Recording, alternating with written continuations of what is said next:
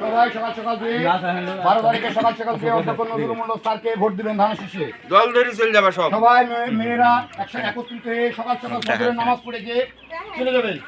যে সকাল সকাল দিয়ে ভোট দিয়ে চলে আসবেন। হ্যাঁ ঠিক আছে? যাও সব গেলে রোগ এখানে সামান দিন। আসসালামু আলাইকুম।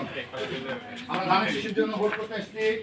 সকাল সকাল যে একটা করে ধানের শীষে ভোট দিয়ে আসবেন। আপনি যাবেন এবং আপনার সঙ্গে যারা মহিলারা আছে, বৃদ্ধরা আছে, তাদেরকে সহায় করে নিয়ে যে ধানের শীষে ভোট দিয়ে আসবেন।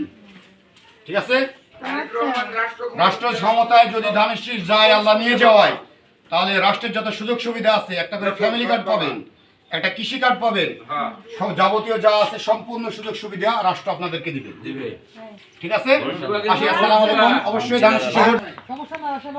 আচ্ছা ঠিক আছে, আপনি এখানে থাকেন। 12 তারিখে সকাল সকাল দিয়ে ধানের শীষে যে ভোট দিয়ে আসবেন। ঠিক আছে? দল বান্ধি চলে যাবে সবাই।